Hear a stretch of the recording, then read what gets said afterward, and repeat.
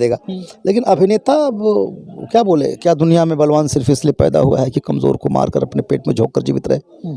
क्या एक को जिंदा रहने के लिए दूसरे का मरना ज़रूरी है?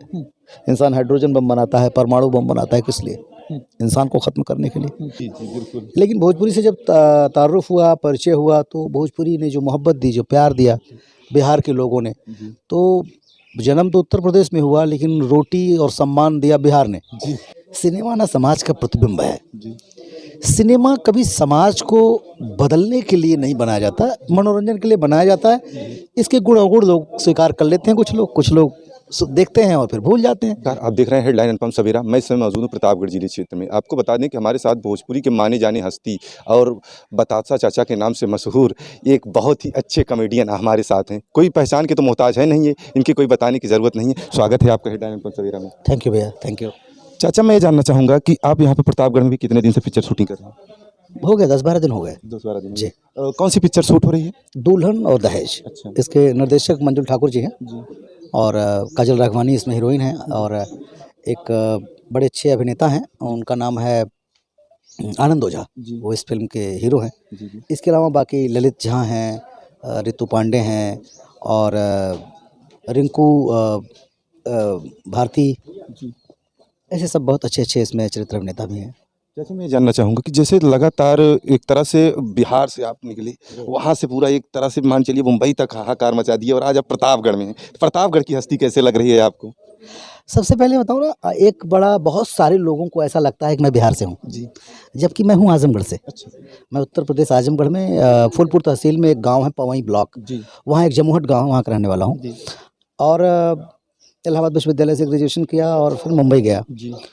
और वहाँ प्रसिद्धि मिली भोजपुरी सिनेमा में। जी। भोजपुरी के बारे में उतना जानता नहीं था, आप जानते हैं प्रतापगढ़ आजमगढ़ तो अवधि है। जी जी बिल्कुल। लेकिन भोजपुरी से जब तारुफ हुआ, परिचय हुआ, तो भोजपुरी ने जो मोहब्बत दी, जो प्यार दिया बिहार के लोगों ने, तो जन्म तो उत्तर प्रदेश में हुआ लेकिन रोटी और सम्मान दिया बिहार ने। जी।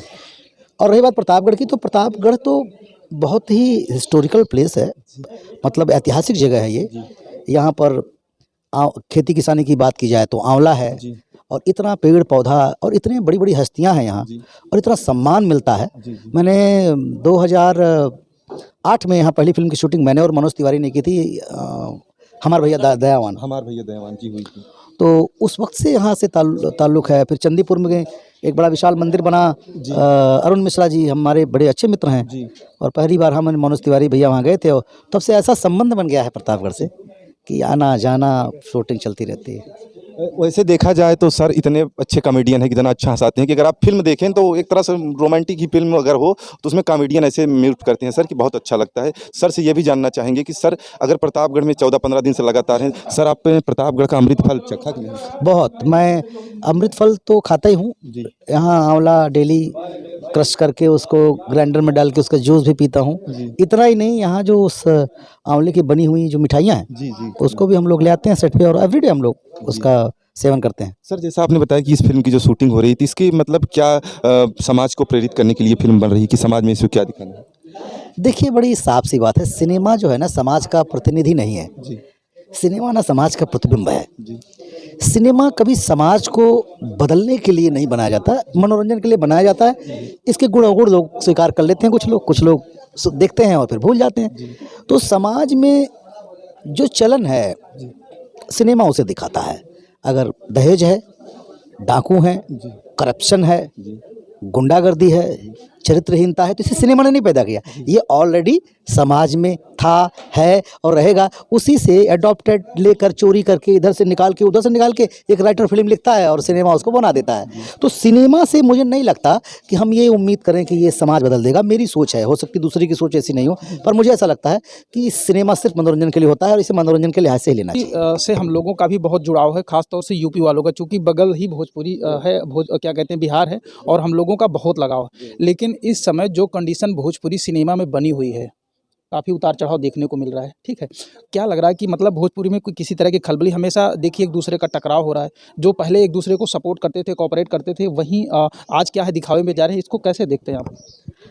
देखिए, हर इंडस्ट्री में ऐसा होता रहता है। कभी शाहरुख सलमान में आप देखते हैं, तो ये कोई बड़ी बात नहीं है। ये सम टाइम और एक दूसरे से कंपटीशन और जब तक आप प्रतियोगिता में नहीं रहेंगे, जब तक आप कॉम्पिटिटर फीलिंग नहीं रहेगी आपके अंदर, तब तक आपको करने का मोटिवेशन भी नहीं मिलता है। हम आपसे आगे निकल जाएं, आप हमसे पीछे निकल जाएं, हमसे आगे कैसे निकल गए। मैं तो ये सब चीज़ें, छोटी चीज़ें ना, टकराहट होती है। जहाँ पर कहते हैं कि अगर एक आदमी कभी किसी से नाराज़ ना हो, एक आदमी कभी किसी की बात का बुरा ना माने, एक आदमी अगर कभी किसी को दुखी ना करे, इसका मतलब वो बड़ा शातिर आदमी है। तो थोड़ा उद्गार, प्यार, मोहब्बत सब निकलना चाहिए। ये बुरी बात नहीं है। एक सवाल आपसे है कि भोजपुरी इंडस्ट्री का, चूँकि आप कैसे देखते हैं कि अच्छा सिंगर कौन है, जिसे आप बहुत अच्छा मानते हो कि ये है भोजपुरी का नंबर 1 सिंगर? देखिए, नंबर 1 जैसी चीज़ को मैं मानता ही नहीं हूँ। हाँ। नंबर 1 जैसी चीज़ धरती पे कुछ बना है नहीं। हाँ। अभी समय जो कभी नहीं, कभी नहीं। नंबर 1 कभी हो ही नहीं सकता कोई। हाँ। नंबर 1 इसलिए नहीं कोई हो सकता कि नंबर 1 अगर आप हो गए तो फिर 4 दिन के लिए तो कोई नंबर 1 बनेगा नहीं। तो आप ये कह सकते हैं कि अभी किस समय में कौन ज़्यादा चल रहा है, कौन कम चल। चलिए मान लीजिए मैं आप 2 फिल्में मेरी हिट हो गई, हाँ। 6 महीने बाद फिर पता लगा 2 फिल्में उसकी हिट हो गई। तो इसमें नंबर 1 जैसी कोई चीज़ नहीं होती। जो सिंगर हैं सब अच्छे हैं, सबकी अपनी एक अपनी पहचान है। अब आप अगर ये कहें कि आंवला बड़ी अच्छी चीज़ है और फिर दूसरी तरफ आप ये कहें कि नीम बड़ी ख़राब चीज़ है, तो ये तो है नहीं। नंबर 1 तो नीम भी है हाँ, सही है। और नंबर 1 आंवला भी है। आपकी नज़र में अभी जो 7-8 जो भी गायक हैं इस समय, सिंगर चल रहे हैं, उनमें सबसे बेटर कौन है? देखिए, सबकी बात ना, सबकी अपनी एक विधा है। जितना बढ़िया उदित नारायण गाते हैं, और उनकी राग से बिल्कुल उल्टी राग है कैलाश खेर की, वो भी अच्छा गाते हैं। तो हमारे जितने गायक हैं, सबकी अपनी एक विधा है। चाहे वो भरत शर्मा ने अपने अंदाज में गाया, कल्पना ने अपनी आवाज़ में गाया, अपनी तरीके से गाया, उनकी अपनी अलग रेंज है। अभी नई लड़की शिल्पी आई है, उसका अपना अलग तरीका है। पवन का अपना एक अलग अंदाज है। सबके अपने अलग अलग अंदाज हैं और सबकी अपनी एक फैंस फॉलोइंग है। बिल्कुल सही सर। जितने मिलियन उनको सुनते हैं, उससे कम मिलियन उसके नहीं सुनते हैं। तो आप किसी को नंबर 1 नंबर 2 की श्रेणी में नहीं ला सकते। आप ये कहिए कि सबकी अपनी एक विधा है और सब बहुत अच्छा गाते हैं। अच्छा, एक्टिंग की दुनिया में अगर हम आते हैं तो किसको मानते हैं कि हाँ यार ये एक्टिंग अच्छी कर रहे हैं? किसमें? भोजपुरी में? भोजपुरी में। देखिए, जो अच्छे कर रहे हैं सब जान ही रहे हैं सब। अब चूँकि आपकी नज़र में कौन अच्छा है? हमारी नज़र में तो संजय पांडे बहुत अच्छे अभिनेता हैं। हमारी नज़र में सुशील सिंह बहुत अच्छे अभिनेता हैं। हमारी नज़र में किरण यादव बड़ी अच्छी अभिनेत्री हैं। हमारी नज़र में देव सिंह है। हमारी नज़र में विनोद मिश्रा हैं। जो अच्छे, जब अभिनेता की बात करेंगे तो मैं ये कहूँगा। हाँ, ये सर, ये जो किताब दिख रही है ना, इसके जवाब बिल्कुल इसी की तरह आ रहे हैं सर। नहीं, जो जवाब सच हैं। अभिनेता की जब बात करेंगे, तो जब अभिनेता की बात करेंगे तो मैं नवाज को अभिनेता बोलूँगा, मैं सलमान को थोड़ी अभिनेता बोलूँगा। वो स्टार है, अभिनेता नहीं है वो। अच्छा, तो आप ये कहना चाह रहे हैं कि अगर हम स्टार की बात करें, चलिए स्टार कौन है आपकी नज़र में? स्टार सभी हैं, सारे स्टार ही हैं। जितने हीरो हैं सब स्टार हैं। हीरो तो स्टार ही होते हैं ना। हीरो जितने हैं वो सब स्टार हैं। और वो स्टार जो होते हैं वो चमकते हैं और उनकी चमकने की अवधि कम होती है। बहुत एक तरह ये जो क्या कहते हैं आप सर जवाब दे रहे हैं ना, बिल्कुल इसी किताब से भी जैसे निकल के आ रहा है। नहीं, वो तो एक सवाल हम पूछे जा रहे हैं, दूसरा जो आप उत्तर दे रहे हैं वो भी एक सवाल ही है। पर आपने समय दिया, इसके लिए धन्यवाद। अभी ये जो शूटिंग चल रही है, चूँकि पिक्चर हमेशा मार्गदर्शित करती है, लोग उससे प्रेरणा लेते हैं, कुछ सीखते हैं, चाहे वो अच्छा हो चाहे वो बुरा हो। इस फिल्म से जो आपकी अभी मूवी बन रही है इस समय हाल ही में, इस मूवी से क्या प्रेरणा मिलती है समाज को?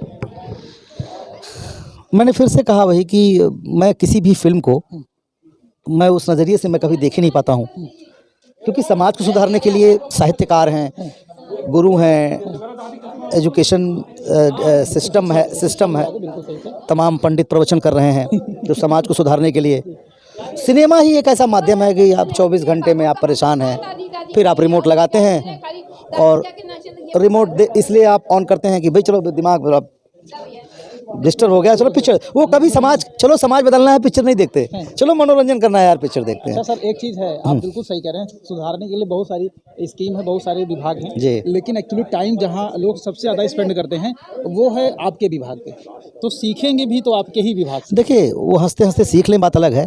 आदमी रो रहा है, परेशान है 24 घंटा, तो हमारा प्रयास इसीलिए है कि थोड़ी देर उसके चेहरे पर इमोशन लाया जा सके, थोड़ी देर उसके इमोशन को जगाया जा सके, थोड़ी देर के लिए उसको खुश किया जा सके, बस यही सिनेमा का माध्यम है। एक डायलॉग हो जाए लास्ट।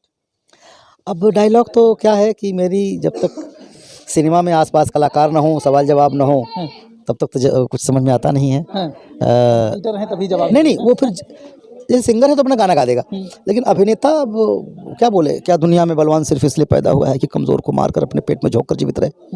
क्या एक को जिंदा रहने के लिए दूसरे का मरना ज़रूरी है? इंसान हाइड्रोजन बम बनाता है, परमाणु बम बनाता है, किस लिए? इंसान को ख़त्म करने के लिए।